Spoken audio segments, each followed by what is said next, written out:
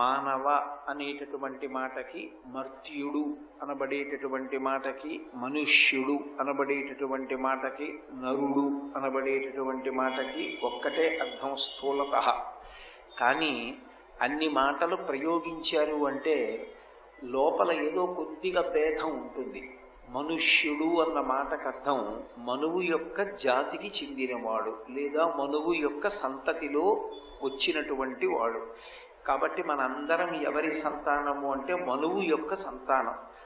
మనువు యొక్క సంతానం కాబట్టి మనుష్యులు అని పిలుస్తారు, మానవుడు అని పిలుస్తారు. మర్త్యుడు అని ఒక పేరు. మర్త్యుడు అంటే మర్త్యలోకమునందు జన్మించినవాడు. ఈ లోకమునకు మర్త్యలోకము అని పేరు.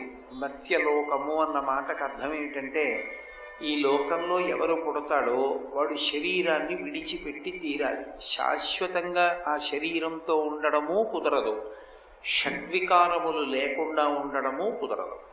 6 వికారములతో కూడుకున్నటువంటి శరీరాన్ని పొంది ఉన్నవాడైతే వాణ్ణి మర్త్యుడు అంటారు. ఏమిటి 6 వికారాలు అంటే పుట్టినది, ఉన్నది, పెరిగినది, తరిగినది, మార్పు చెందినది, నశించినది అని 6 వికారములు. పుట్టినది అది కాలమునందు ఎప్పుడూ ఉన్నటువంటి వస్తువు కాదు. అలా కాలమునందు ఎప్పుడూ ఉంటే దాన్ని శాశ్వతమైనటువంటిది అంటారు. కానీ ఎప్పుడో కాలంలో ఒక రోజు వచ్చింది అంటే దానికి జనన తేదీ ఉంది. జనన తేదీ ఉంది కాబట్టి పుట్టినది.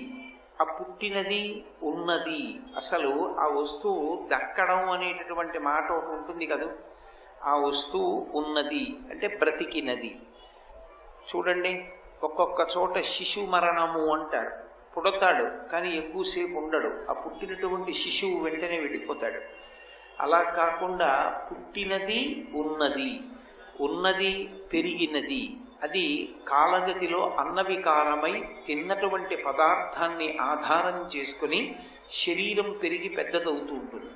ఆ పెరుగుట, తర్వాత తరుగుట, ఏ శరీరం పెరిగిందో ఆ శరీరమే తరిగిపోతుంది. మళ్ళీ జర్జరీభూతమై వృద్ధాప్యం వచ్చి ముడతలు పడి సృష్టించిపోతుంది.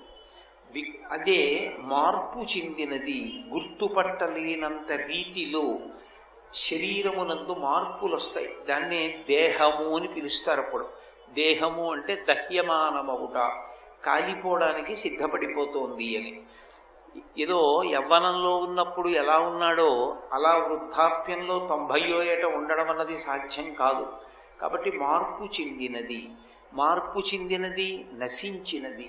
ఇక ఆ శరీరం, ఆ దేహం ఈ భూమి మీద ఉండదు.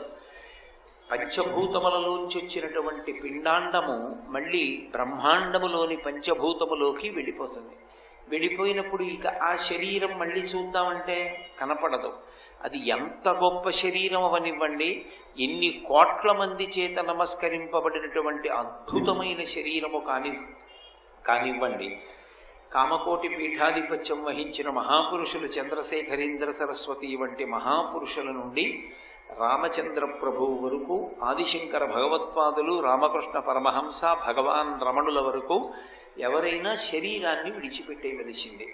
కాబట్టి శరీరాన్ని విడిచిపెట్టడము అనేటటువంటి దాంతో పూర్తయిపోయి నశించినది అన్న పరిణామంతో 6 వికారములను పొంది ఉండి, అటువంటి వికారములు ఏ ప్రాణులు పొంది ఈ లోకమునందు వసించి కొంతకాలం ఉంటారో అటువంటి వారికి ఆలవాలము కనుక దీనికి మర్త్యలోకము అని పేరు.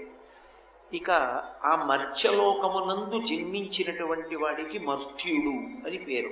మనకి మర్త్యులు అని ఒక పేరు. మీరు ఎప్పుడైనా పురాణ భాష అని ఉంటుంది. పురాణంలో దేవతలు ఎవరినైనా శపించి నువ్వు భూమి మీద జన్మించు అంటే మర్త్యలోకమునందు జన్మించడాన్ని మేము ఇష్టపడము అంటూ ఉంటారు. ఎందుచేత అంటే దీనికి విరుద్ధమైనటువంటి ప్రాణులు ఉంటారు, వాళ్ళని దేవతలు అంటారు. దేవతలకి త్రిదశులు అని పేరు. త్రిదశులు అంటే వాళ్ళు పుట్టుకతోటి 25-30 సంవత్సరాల మధ్యలో ఉంటారు. వాళ్ళకి పెరుగుదల ఉండదు, 25-30 మధ్యలో ఉంటారు. వాళ్ళు మార్పు చెందడం ఉండదు, 25-30 మధ్యలో ఉంటారు. శరీరం విడిచిపెట్టేసినప్పుడు కూడా 25-30 మధ్యలోనే వదిలిపెట్టేస్తారు. అందుకే వాళ్ళు నిత్య యవ్వనులు. దేవతలకు త్రిదశులు అని పేరు. కానీ మనుష్యులు అలా కాదు, వికారములను పొందుతూ ఉంటారు. ఆ వికారములను పొందేటటువంటి ప్రాణులుగా మనుష్యులు కానీ ఇతరమైనటువంటి ప్రాణులు కానీ ఏ లోకంలో జన్మిస్తాయో ఆ లోకమునకు మర్త్యలోకము అని పేరు. కాబట్టి మృత్యు ఒకటి ఉండి తీరేటటువంటి లోకం ఏది ఉందో అదే మర్త్యలోకం. మనందరం మర్త్యలోకమునందు ఉన్నవారము. అందుకే జాతస్య హి ధ్రువో మృత్యు ధ్రువం జన్మమృతస్య చ అంటాడు గీతాచార్యుడు. పుట్టినటువంటి శరీరం పడిపోక తప్పదు, పడిపోయినటువంటి శరీరం మళ్ళీ పుట్టక తప్పదు. ఎచ్చట నుండి వచ్చెనచ్చటికి పోవుట నైజము ప్రాణికోటికి అంటారు పోతన గారు భాగవతం చేస్తూ. నిరాహార నివష్టపాంధుల క్రియం సంసార సంచారులు ఒత్తురు కూడి విత్తురు సదా సంగంబులీదొక్కచో అని ఏదో చలివేంద్రం పెడతారు వేసవి కాలంలో. ఆ వేసవి కాలంలో చలివేంద్రం పెట్టిన దగ్గరికి వివిధమైనటువంటి మార్గములలో ప్రయాణం చేసేటటువంటి బాటసారులందరూ కూడా కలిసి ఎవరికి కావలసినటువంటి నీరు వారు త్రాగి అక్కడి నుంచి తిరిగి ఎవరి దిక్కున వారు ప్రయాణం చేసి వెళ్ళిపోయినట్టే నిరాహార నివష్టపాంధుల క్రియం సంసార సంచారుల్ ఒత్తురు కూడి విత్తురు సదా సంగంబులీదొక్కచో శూరుల్ పోయిడి త్రోవపోయిన భవత్సూనుండు తల్లి అంటాడు. హిరణ్యాక్షుని యొక్క మరణం గురించి చెప్తూ సంసార సంచారులు ఒత్తురు కూడి విత్తురు. ఒక పురుషుడు ఒక స్త్రీ కలుసుకుంటారు. భర్త భార్య అనుబంధాలు బిడ్డలు ఎవరో ఇద్దరిలో ముందు ఒకళ్ళు వెళ్ళిపోతారు, తర్వాత మిగిలిన వాళ్ళు వెళ్ళిపోతారు. ఎచ్చట నుండి వచ్చనచ్చటికి పోవుట నైజము ప్రాణికోటికి. ఎక్కడి నుంచి వచ్చాడో అక్కడికి వెళ్ళిపోవలసిందే. అంతేకాని ఆ శరీరంతో శాశ్వతంగా ఉండిపోవడం ఈ లోకంలో సాధ్యం కాదు. అలా సాధ్యం కాని లోకం ఏదుందో దానిని మర్త్యలోకము అని పిలుస్తారు. కాబట్టి మనకి మర్త్యులు అని పేరు. మూడవది నరుడు అని ఒక పేరు. ఈ నర అనేటటువంటి పేరు ఉన్న కారణం చేతనే మనుష్య జన్మకి ఇంత వైశిష్ట్యం ఏర్పడింది. శంకర భగవత్పాదులు వివేక చూడామణి చేస్తూ ఒక మాట అంటారు. దుర్లభం త్రయమే వైతత్ ఈశ్వరానుగ్రహేతుకం మనుష్యత్వం ముముక్షత్వం మహాపురుష సంశ్రయ అంటారు. అసలు ఈ లోకంలో మూడే మూడు చాలా చాలా కష్టమైనవి. ఏమిటి ఆ మూడు అంటే అది పరమేశ్వరుని యొక్క అనుగ్రహము ఉంటే తప్ప సాధ్యమయ్యేటటువంటి విషయము కాదు. అలా పరమేశ్వరానుగ్రహం ఉంటే తప్ప సాధ్యము కానటువంటి మూడిటిలో మొదటిది ఏది అంటే మనుష్యత్వం, మనుష్యునిగా జన్మించడం. ముముక్షత్వం, ముముక్షత్వం అంటే విడుదలను కోరడం. ఇక నాకు ఈ శరీరాల్లోకి రావలసిన అవసరం వద్దు, నేను ఈ శరీరంతో వచ్చాను కాబట్టి ఇదే చిట్ట చివరి మృత్యువు కావాలి, ఇక ఇంకొకసారి నేను మరణించకూడదు అంటే వేరొకసారి అసలు జన్మించకూడదు. జనన మరణ చక్రము నుండి విడుదలను కోరితే దాన్ని మోక్షము అంటారు. అటువంటి విడుదలను కోరినటువంటి వాళ్ళని ముముక్షువులు అని పిలుస్తారు. అసలు మనుష్యునిగా పుట్టడమే ఒక గొప్పతనం అయితే ఆ పుట్టినటువంటి వాడు ఇక మళ్ళీ పుట్టవలసిన అవసరం లేని స్థితిని కోరుకుని విడుదలని కోరితే ముముక్షత్వం. కేవలం నాకింక జనన మరణములు ఉండకూడదు, నేను జనమరణ చక్రము నుండి విడుదల కావాలని కోరుకున్నంత మాత్రము చేత అది సంభవం అవుతుందా? ఆ మార్గంలో ప్రయాణం చెయ్యడాన్ని చెప్పగలిగినటువంటి సమర్థుడైనటువంటి శాస్త్రమునందు తరించిన గురువు ఒకడు దొరకాలి. మహాపురుష సంశ్రయ. అటువంటి మహాపురుషుని యొక్క అనుగ్రహము లభించడం, ఆయనతో కలిసి ఉండగలగడం, ఆయన మాటలు వినగలగడం, ఆయన మాటలను సాధనంగా చేసుకుని జీవన విధానాన్ని నియంత్రించుకోగలగడం, నియంత్రించుకున్నటువంటి కారణం చేత భక్తితో కూడిన కర్మాచరణము చేసి భక్తితో చేసినటువంటి కర్మల వలన ప్రీతి చెందినటువంటి పరమేశ్వరుని అనుగ్రహం చేత కలిగినటువంటి జ్ఞానము వలన మళ్ళీ పుట్టవలసినటువంటి అవసరాన్ని పోగొట్టుకుని పునరావృత్తి రహిత శాశ్వత శివ సాయుజ్య స్థితిని పొందడానికి హేతువైనటువంటిది మహాపురుష సంశ్రయ, మహాపురుషుల యొక్క సంగము. ఈ మూడు అంత తేలికగా దొరకవు. ఇవి మూడు అత్యంత దుర్లభములు అని శంకర భగవత్పాదుల యొక్క తీర్పు. శంకరులు మనుష్య జన్మ అంత గొప్పది అనడానికి కారణం ఏమిటి అంటే వేదం ఈ సృష్టిలో 84 లక్షల జీవరాశులున్నాయి అని చెప్పింది. 84 లక్షల జీవరాశుల్ని సృష్టించేటప్పుడు భగవానుడు ఏదో అయోమయ స్థితిలో అర్థం లేకుండా ఏదో ప్రతిదాన్ని పుట్టించడం కాదు. ఈ 84 లక్షల జీవరాశుల్ని 4 రకాలుగా వర్గీకరించాడు. జరాయుజములు, అండజములు, స్వేదజములు, ఉద్భుజములు అని ప్రాణులు 4గా వస్తాయి. జరాయుజములు అంటే మావితో పుడతాయి, అండజములు అంటే గుడ్డు బద్దలు కొట్టుకుని పైకొస్తాయి, స్వేదజములు అంటే చెమటలోంచి పుడతాయి పేలు మొదలైనవి, ఉద్భుజములు అంటే భూమిని చీల్చుకుని పైకొస్తాయి చెట్లు మొదలైనవి. ఈ 4 రకాలైన ప్రాణులలో కొన్ని కోట్ల కోట్ల కోట్ల జన్మలు తిరిగి తిరిగి తిరిగి తిరిగి అంటే పుట్టి చచ్చి దాన్ని సంసార చక్రం అంటారు. సంసార చక్రం అన్నదానికి పేరేమంటే జనన మరణ చక్రమునందు తిరుగుట. దానికి అంతేం ఉండదు. ఇంకా ఎన్ని కోట్ల జన్మలు ఎత్తాడో, ఎత్తినప్పుడల్లా ఎన్ని మాటలు శరీరం విడిచిపెట్టాడో, అలా శరీరం తీసుకోవడం విడిచిపెట్టడం, తీసుకోవడం విడిచిపెట్టడం, పునరపి జననం పునరపి మరణం, పునరపి జననీ జఠరే శయనం, దిహ సంసారే బహుదూస్తారే కృపయాపారే పాహిమురారే. ఈ సంసార చక్ర పరిభ్రమణము తాపముతో కూడినదై ఉంటుంది, చాలా వేడితో ఉంటుంది. ఎందుచేత అంటే పుట్టుక ఒక పెద్ద క్లేశం. అమ్మ కడుపులో పడి ఉండడం అన్నది అంత తేలికైంది కాదు. భాగవతంలో కపిలగీత చదివితే ఒళ్ళు గగురు పొడుస్తుంది. ఇంత భయంకరంగా ఉంటుందా పుట్టుక అనిపిస్తుంది. శుక్రశోణితములు కలిసిన దగ్గర నుంచి తల్లి కడుపులో బుడగగా ఆకృతి ఏర్పడి తరువాత ఆ పిండం పెరిగి పెద్దదై మెల్లిమెల్లిగా అవయవాలు సమకూరిన తరువాత తల కిందకి పెట్టి కాళ్ళు పైకి పెట్టి ఆ గర్భస్థమైనటువంటి శిశువు పడి ఉన్నప్పుడు దానికి నాభిగొట్టం ద్వారా ఆహారం అంది చైతన్యాన్ని పొంది జీవుడు అందులోకి ప్రవేశించిన తరువాత తన మలమూత్రములను తానే విసర్జించుకొని సున్నితమైన క్రిములు కరిచేస్తుంటే అమ్మ కడుపులో ఇరుకులో పట్టక 9 నెలలు వచ్చేసి నవమాసంబు ఘటించే చాలునిక నాకీ గర్భవాసంబు నివసింపన్ పనితీర్చి కావుమికనన్ ఈసత్కృపన్ శంకర అంటారు. నవమాసంబులు తల్లి గర్భమున నానారూతలంచిక్కి నా అవకాశం విసుమంతలేకపడి తిన్హ కష్టముల్ భీతితో నవమాసంబు ఘటిల్లి చాలునిక నాకా గర్భవాసంబు నివసింపన్ పనితీర్చి కావుమికనన్ ఈసత్కృపన్ శంకర. 9 నెలలు అమ్మ కడుపులో కటిక చీకట్లో కొట్టుకుని పరమేశ్వరుణ్ణి ప్రార్థన చేసి ఆయన అనుగ్రహించి ప్రసూతి వాయువై బయటికి తోసేస్తే మళ్ళీ అమ్మ కడుపులోంచి బయటికి వచ్చి పడిపోతాడు. ఈ మనుష్య జన్మ ఎత్తడానికి ముందు ఎన్ని కోట్ల జన్మలెత్తాడో, ఇన్ని కోట్ల జన్మలెత్తిన తరువాత ఆఖరికి చేసుకున్నటువంటి పాపములన్నీ కూడా చాలా భాగం తగ్గిపోయిన తరువాత ఈ జన్మ పరంపరలో పూర్తి చేసేసుకోవడానికి అవకాశం ఇవ్వబడేటటువంటి చిట్ట చివరి శరీరం మనుష్య శరీరం.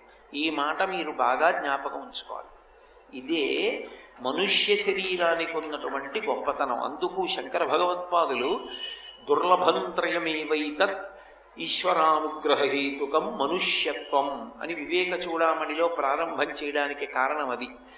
పరంపర నుండి బయటికి రావడానికి అవకాశమును పొందగలిగినటువంటి శరీరం మనుష్య శరీరం. ఆ ఒక్క శరీరంతో తప్ప ఇక జనన మరణ తాపమును పోగొట్టుకునే అవకాశం ఏ శరీరమునకు ఉండదు, ఒక్క మనుష్య శరీరానికి. అది ఆ శరీరానికి ఉన్నటువంటి గొప్పతనం. దానితో కర్మానుష్ఠానం చెయ్యగలడు. 2 చేతులు కలిపి తల తాటించి 11 భగవంతుని యొక్క పాదముల యందు న్యాసము చెయ్యగలిగినటువంటి శక్తి మనుష్యునకున్నదేమో కానీ ఇతర ప్రాణులకు లేదు కదా.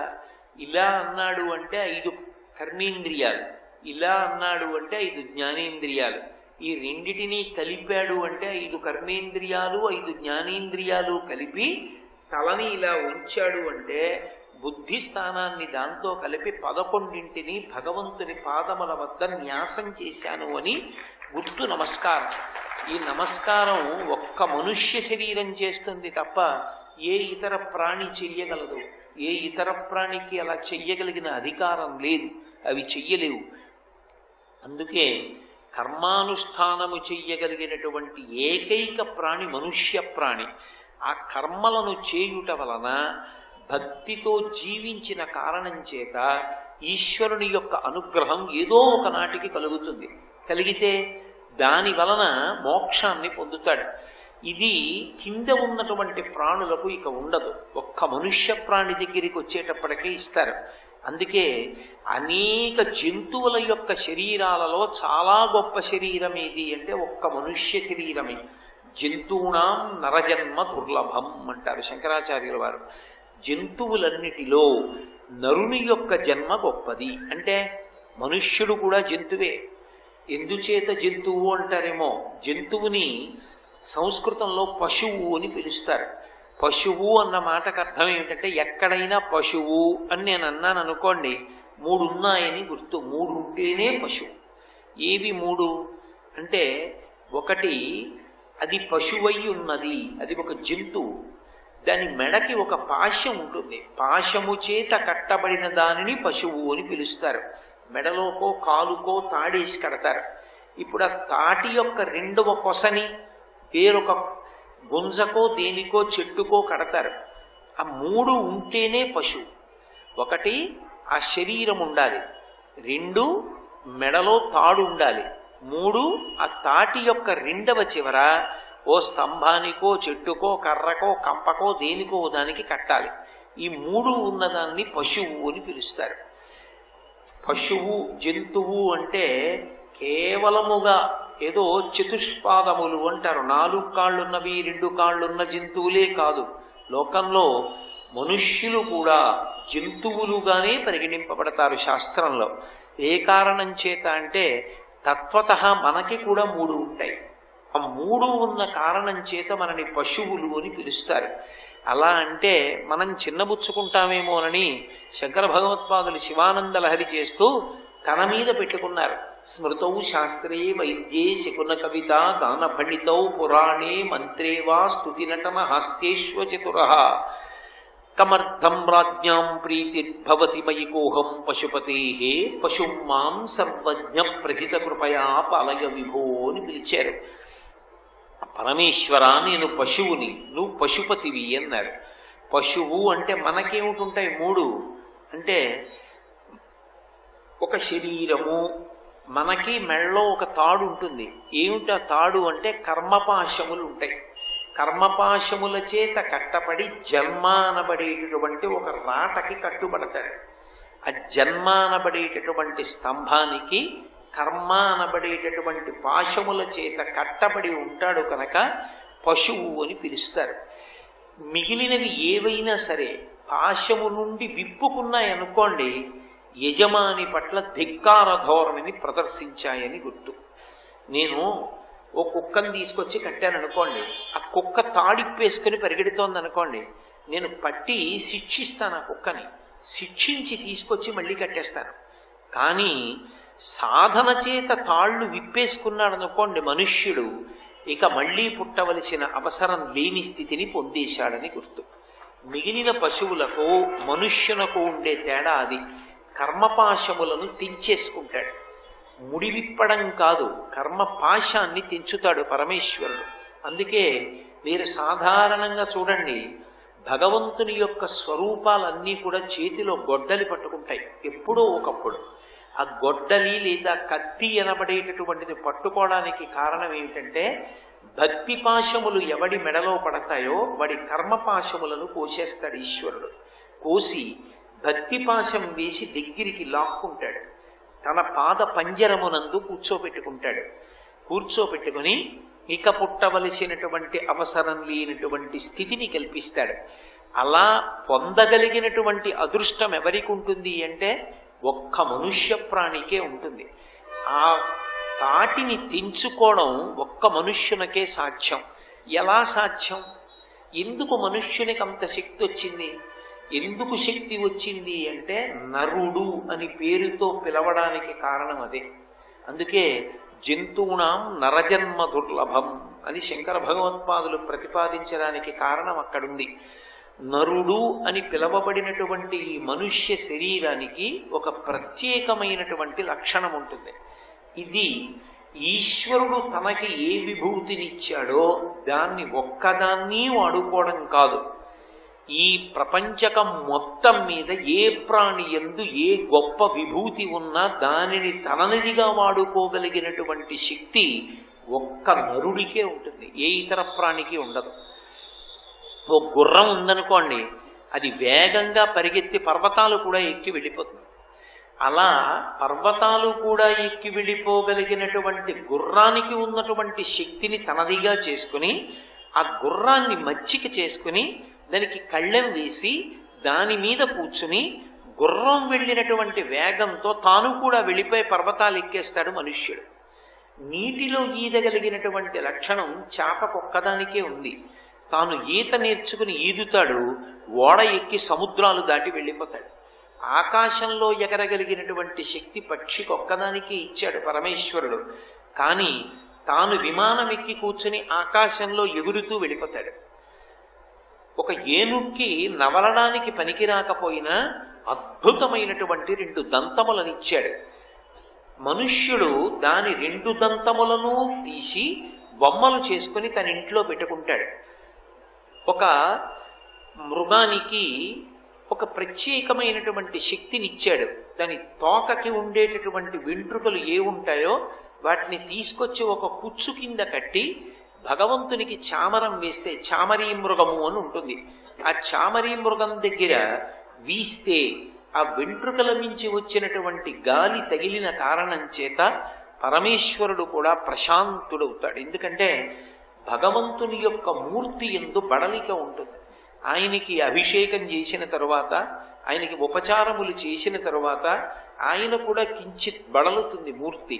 ఆ బడలిక దేని చేత తీరుతుంది అంటే ఒక్క చామరీ మృగం వెంట్రుకలతో వీస్తే ఆయనకి ఉపశాంతి కలుగుతుంది, సంతోషిస్తాడు.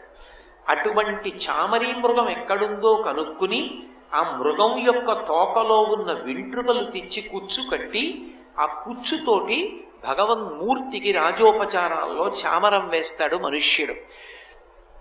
ఏదో ఒక నెమలి వర్షాకాలం వచ్చి మబ్బులు పడితే పింఛం విప్పి చాలా గొప్పగా క్రాంఖణం చేసి నృత్యం చేస్తుంది.